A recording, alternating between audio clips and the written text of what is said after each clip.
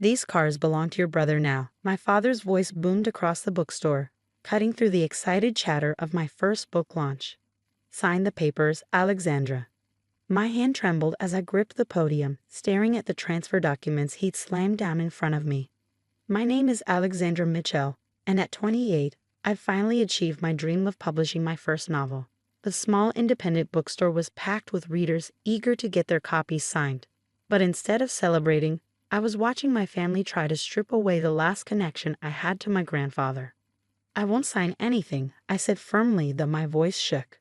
"Grandpa left those cars to me for a reason." My brother Marcus stood behind our father, his usual smug smile in place. At 25, he'd never worked a day in his life, bouncing between failed get-rich-quick schemes and finding himself. Yet somehow, he was always their golden child. "Your brother has a real business opportunity," Mom chimed in, her perfectly manicured nails drumming against the signing table. "These cars could set him up for life. You're just being selfish, as usual." The collection in question wasn't just any set of vintage cars. My grandfather had spent his life restoring classic automobiles, building a collection worth millions. He taught me everything about them, spending weekends showing me how to maintain each vehicle, sharing the history behind every model. When he passed last year, he left the entire collection to me, much to my family's shock. "This isn't about business opportunities," I said, turning to address the uncomfortable crowd. "I'm so sorry, everyone. We'll resume the signing in a moment." But Dad wasn't finished. He grabbed my arm, his fingers digging in painfully. "You ungrateful little." He reached for my newly published books, the special first editions I'd had printed for this launch. Before I could stop him, he was throwing them into the decorative fireplace the bookstore used for ambience. "No," I lunged forward, but it was too late. The flames caught the pages, curling them into ash. My heart shattered watching my dream literally go up in smoke. "Now," Dad said, his voice cold, "maybe you'll understand what's important. Family comes first, Alexandra. Sign the papers." I stared at the burning books, something inside me hardening. For years, I'd watched them favor Marcus, dismiss my achievements, and try to control my life. But this time, they'd gone too far. "Security," I called out, my voice stronger than I felt. "Please escort them out." The bookstore's security guard, who'd been watching nervously, stepped forward. My father's face turned purple with rage. "You're choosing this over your family, over your brother's future?" "No, Dad," I replied, straightening my spine. "I'm choosing myself for once, and those cars, they're not just vehicles to be sold. They're Grandpa's legacy, his passion, something you never understood." As security led them toward the door, Marcus turned back. "You'll regret this, sis. Those cars should be mine. I know what they're worth." What my brother didn't know, what none of them knew, was that I had already taken precautions. My grandfather hadn't just left me the cars, he'd left me his wisdom too. "Keep everything documented, Allie," he told me shortly before he passed. "People show their true colors when there's money involved." I'd followed his advice, installing security cameras in the private garage where the collection was stored. Every visit my family made, every attempt to access the vehicles, every threatening conversation, it was all recorded.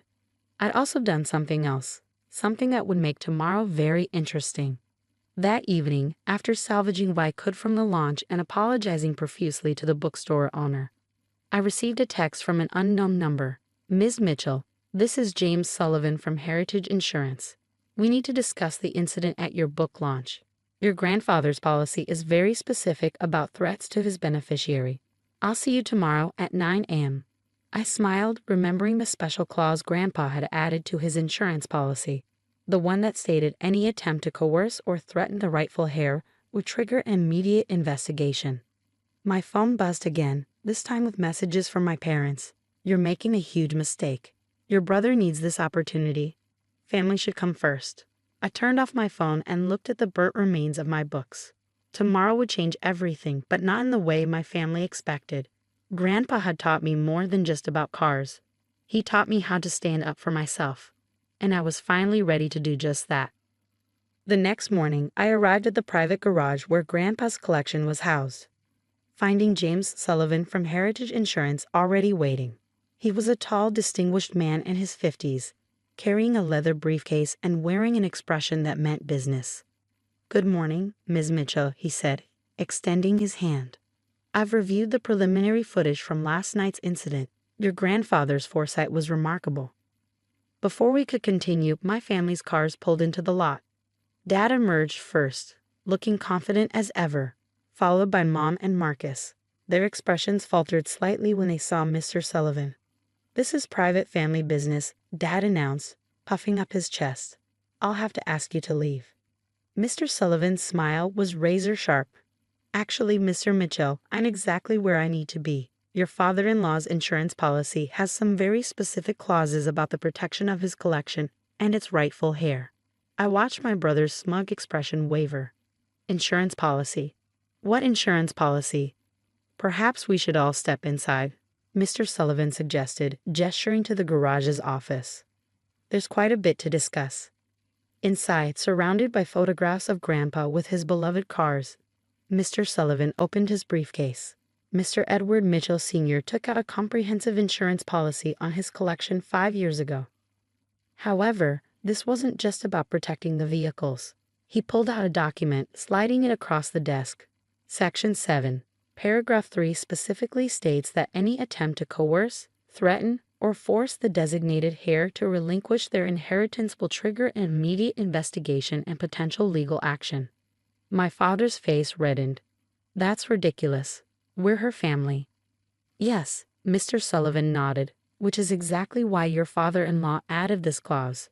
He seemed to anticipate this situation." Mom's perfectly maintained composure cracked. "Edward always was difficult about these cars.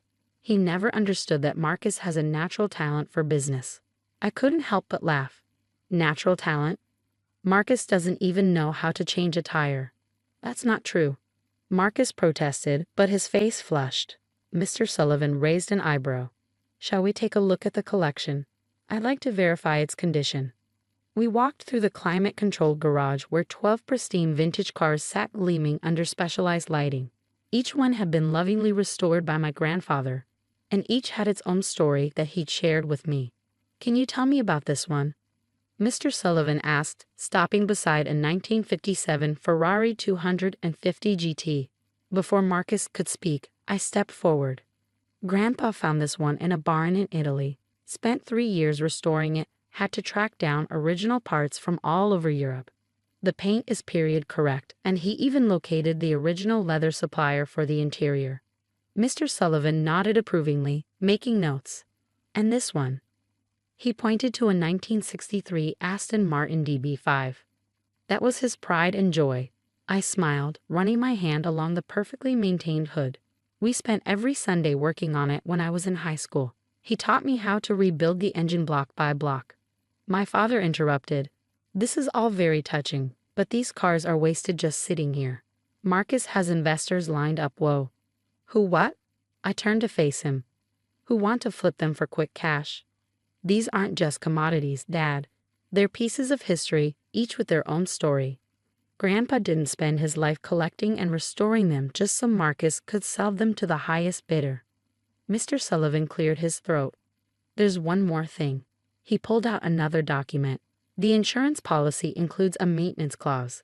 The heir must demonstrate knowledge of proper care and maintenance of the collection. Shall we test that?" Marcus's face went pale. Mom stepped forward quickly. "This is unnecessary. We're just trying to do what's best for the family." "No," I said firmly. "You're trying to do what's best for Marcus, like always. But not this time." Mr. Sullivan walked to the Ferrari. "Mr. Mitchell Jr., perhaps you could explain the proper startup procedure for a vehicle of this vintage." Marcus stared at the car like it might bite him. "You just turn the key." I watched my parents' faces fall as Mr. Sullivan made more notes. This was just the beginning, and for once, I wasn't backing down. Grandpa had made sure of that. The aftermath of Mr. Sullivan's visit was swift and decisive. The insurance report confirmed what Grandpa had known all along. I was the only one qualified to maintain his legacy. But the real bombshell came when Mr. Sullivan revealed the final clause of the policy. "Your grandfather added a trust provision," he explained, pulling out one last document. "The collection can never be sold as a whole or broken up for individual sale without meeting specific conditions. If any attempt is made to force a sale, The entire collection would be automatically donated to the National Automotive Museum. My father slumped in his chair, the fight finally draining from him. Marcus stormed out, slamming the garage door so hard that the windows rattled. Mom just sat there, her perfectly composed facade cracking as she realized their plan had completely backfired. "There's more," Mr. Sullivan continued. "The destruction of Ms. Mitchell's property at the book launch has triggered a liability clause. Heritage Insurance will be covering the cost of reprinting her first editions, plus damages." I felt tears welling up in my eyes. Even from beyond, Grandpa was still protecting me, still making sure I could stand on my own feet. 2 weeks later, I stood in the garage, supervising the installation of new security systems. The bookstore had graciously agreed to host another launch event, this time with proper security in place. My reprinted first editions had arrived, and pre-orders had actually increased after word of the incident spread through the local literary community. My phone buzzed with a text from Marcus. "I'm sorry, can we talk?" I hesitated before responding. When we met at a local coffee shop, my brother looked different, humbled, perhaps for the first time in his life. "I didn't know," he said quietly, stirring his coffee. "About you and Grandpa, about all the time you spent together. I just saw $signs when I looked at those cars." "That's exactly why he left them to me," I replied. "They were never about money for him. They were about passion, dedication, learning to care for something bigger than yourself." Marcus nodded slowly. "I've been thinking, maybe you could teach me?" "Not for the money," he added quickly, seeing my expression. I missed out on knowing this side of Grandpa. Maybe it's not too late to understand what he was trying to show us." It wasn't an instant fix, but it was a start. Over the next few months, I began teaching Marcus the basics of car maintenance. He was clumsy at first, but surprisingly eager to learn. Our parents took longer to come around. Mom appeared at my second book launch, standing quietly in the back. This time, instead of criticism, she bought a copy and asked me to sign it. "Your grandfather would be proud," she whispered before slipping away. Dad was the last holdout, but even he eventually showed up at the garage one Sunday afternoon, watching silently as I taught Marcus how to change the oil in the Aston Martin. "You know," he said finally, "your grandfather tried to teach me once." I was too proud to listen, too focused on what I thought was important. I missed out on something special. I handed him a wrench. It's never too late to learn. The following spring, I hosted a classic car show at the garage, showcasing Grandpa's collection and donating the proceeds to a local technical school's automotive program. As I watched families explore the exhibits, I caught sight of a young girl, maybe 12, staring in awe at the Ferrari. "Want to learn how it works?" I asked her. Her eyes lit up, reminding me of myself at that age. Her parents watched nervously as I opened the hood, but soon they were all gathered around, listening as I shared the car's story. Grandpa's story. Marcus helped with the demonstrations, showing kids how to check oil levels and explaining basic engine components. He'd come a long way from the brother who only saw $signs. That evening, as the sun set over the garage, I found myself sitting in the Aston Martin, running my hands over the steering wheel Grandpa had restored so carefully. I could almost hear his voice. "Sometimes, Allie, the most valuable things in life aren't things at all. They're the lessons we learn, the passions we share, and the legacy we leave behind." He was right, of course. The cars were never just cars. They were vessels for something much more important: love, knowledge, and the courage to stand up for what matters.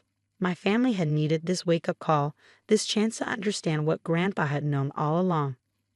As I locked up the garage that night, I smiled at the security cameras he'd insisted I install. "Thanks, Grandpa," I whispered, "for everything." My phone buzzed with a message from my publisher. My second book, a memoir about classic cars and family legacy, had just been picked up for publication. Life had come full circle, and this time, my whole family would be at the launch, ready to celebrate properly. Sometimes the best revenge isn't revenge at all. It's standing your ground until others finally see what was there all along.